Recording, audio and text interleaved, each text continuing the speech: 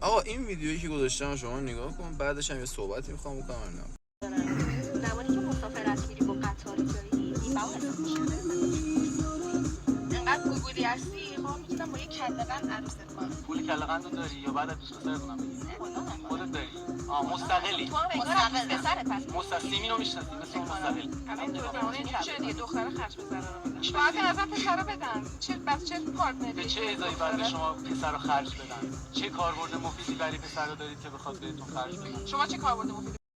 به ازای خرجی که میدم ریدم دهنتون پوفیوزای سگ به در حیوان. یعنی چی الان مثلا این نشستید اینجا دارید کسچه میگوید واسه هم دیگه؟ یعنی مخاطبم انقدر کسخل شده میشینه ویدیوهای شما رو نگاه میکنه، کسچه شما رو نگاه میکنه. من قرار بود تو این کانال فوش ندم ولی نمیذارید من بد دهن نباشم. آقا داری کانتنت درست میکنی، درست حسابی درست کنی، درست کن به درد بخوره. این نشسته میخوایی یه دونه کله خان عروست کنم.